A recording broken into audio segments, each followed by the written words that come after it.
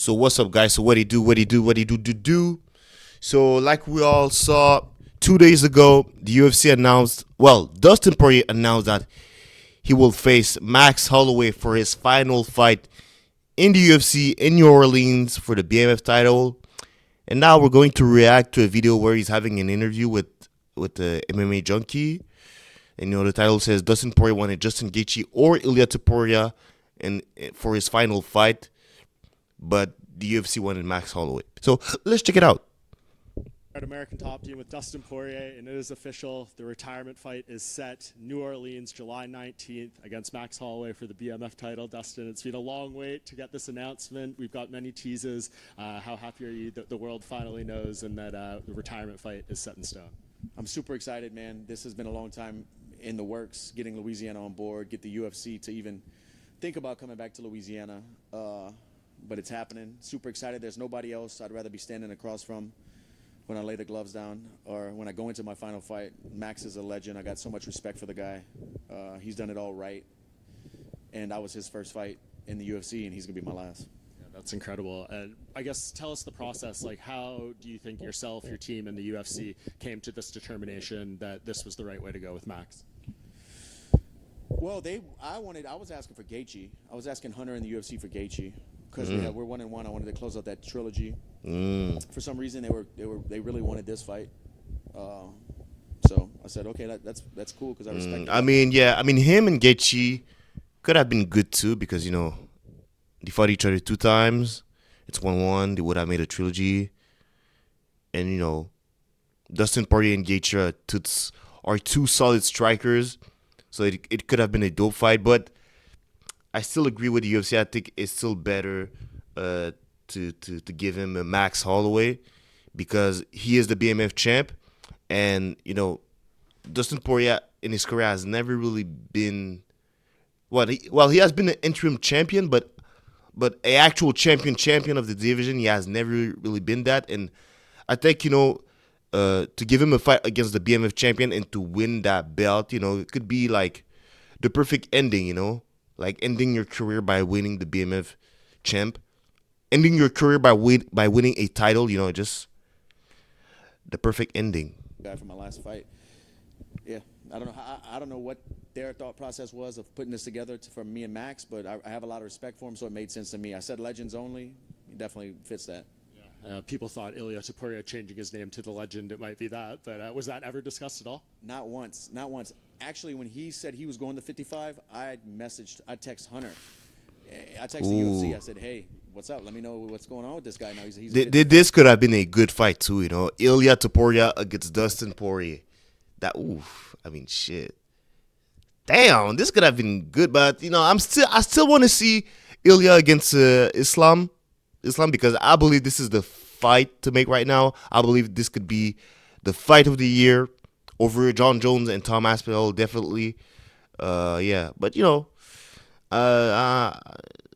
Dustin Poirier against Max Holloway is still a good fight. But they never entertained it. They told me it's not happening, and they wanted Max.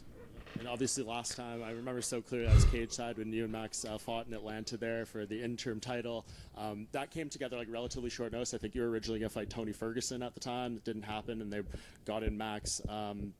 He's going to have a longer camp to get to lightweight this time. He's committed to that move. How do you think that's going to make him different, like physically and maybe power, things he can bring to the table? Yeah, he'll definitely be thicker, have more power. I mean, you saw the way he looked against Gaethje. Looked a little bit better, wore the weight a little bit better. But Max is a big guy. He could have been at 55 for a while, but it'll be a completely different fight. There are gaps of years between our fights. The first one was 2012, then 2018, 2019, now 2025. Each fight is a different fight. It's the same guy, but we've been in the gym and fought so many great world-class guys. We're both different fighters every time, so I'm looking forward to this. Yeah, I think it's the longest spanning trilogy in UFC history over the course of like 14 years or so now. I guess how much can you even look back at those first two fights? I can't. I can look back at his most recent fights, maybe his last 2 or 3 fights me and my team will look at, but those fights we can't look back at them. when you look at the last one in particular, it was made for such a long time. Max Holloway had never been knocked down. You probably came the closest in that fight. He got saved by the fence a little bit, but he has been dropped. He has been knocked out now. Does that change your perspective on his potential durability in this fight? That's a tough one. That's kind of crazy. Max Holloway has never been knocked down or knocked out besides Ilya Topuria. That's kind of crazy. He has faced some good guy. And that's crazy. He faced Justin Gaethje and he dominated that fight. And Justin Gaethje he's a solid striker, So yeah, I mean, Max Holloway is a talented fighter. I thought he looked He's good that guy. Shout out to him. He kind of had some moments in the fight of finding his rhythm, and he just got hit with a good shot. This is fighting. You can't recover from them all. If somebody spins your chin like that, especially somebody like Ilya with good technique. Maybe it was a shot he didn't really see. We'll find out. Time will tell. Was it always your expectation with this matchup the BMF title would be on the line? No, this was like I said. This was a blindside. I thought Max was like the last person I thought they were going to try to match me up with. What do you think of fighting for the BMF title again? You had your opportunity in Utah, didn't go your way. Another chance. Does this belt hold any significance to you? Of course it does.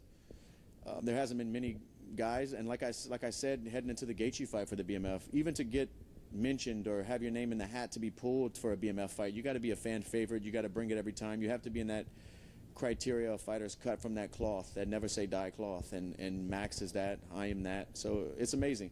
If I can get my hand raised again, retire with the BMF belt, I'm in the BMF forever. Yeah, with the BMF belt. Should the BMF this belt could be the retire perfect with you? ending. I'm rooting for Dustin on that one. I'm rooting for. I mean, no disrespect to Max. I really like Max. But Max has been a champion. Has been the BMF champ, and I want to see my man Dustin shine. I want to see him, get this thing done, man. This could be the perfect ending, bro. I would be happy for him if he gets a W. But I would be happy for Max also if he gets a W too. I like both of them guys. So yeah, I can't wait for that fight. Can't wait, man. If I can get my hand raised, be the last BMF champion, and ride off into the sunset with the belt and retire, hey, that's forever. That's forever. Because I don't think they would ever do it again unless something crazy happened, right? But that would be dope. That would be cool. And I guess just the experience of fighting in New Orleans. I mean, I'm sure it's going to be a crazy week. You're going to get pulled in all sorts of directions. Ultimately, you couldn't have dreamed a better scenario, though, right? Like, this is where you want to do it, despite all that stuff that might come with it. Yeah, this is the dream. This is the plan. I'm the one who reached out for the UFC and said, hey, I would love to retire at home. And to my surprise, they winning the BMF title said, okay, we'll do in your hometown. It's amazing when a company works in front of the whole, bro. Has respect for you. Like that's God's plan, bro. That is God's plan, bro. Winning the BMF title in your hometown for your last fight. I mean, he's definitely gonna win that one. I'm going with Dustin with that one. I'm going with Dustin. Many things, and their schedule is booked up for the whole year. Previously, like people don't understand how much goes on behind the scenes. These dates and locations are pre-planned for a long time. For them to scrap something and bring the cage to Louisiana and set it up for me to retire at home, dude, it's a dream come true.